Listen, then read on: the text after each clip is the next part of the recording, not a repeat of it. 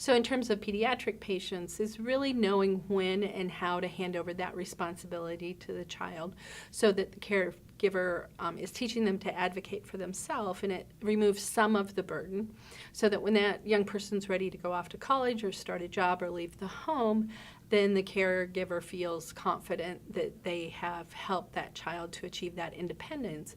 And so really starting that at a young age, even helping the child to express, these are my food allergies, I can or can't do this is my feeding tube, and slowly instilling in them a sense of confidence so that you can turn the care over, and that you're not having to supervise their medications all the time or worry that they don't have their EpiPen.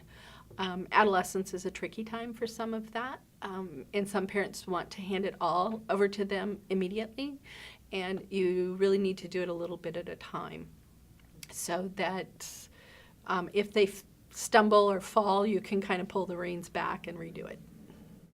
So then you move on. Once that child leaves home, they become a young adult.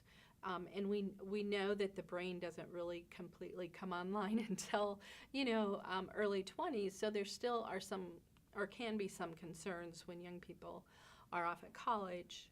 And again, I think what is really helpful is instilling in them that independence early on. If that's not there, a number of these young people end up not being so successful at college or living on their own, and they come back home to live with their parents.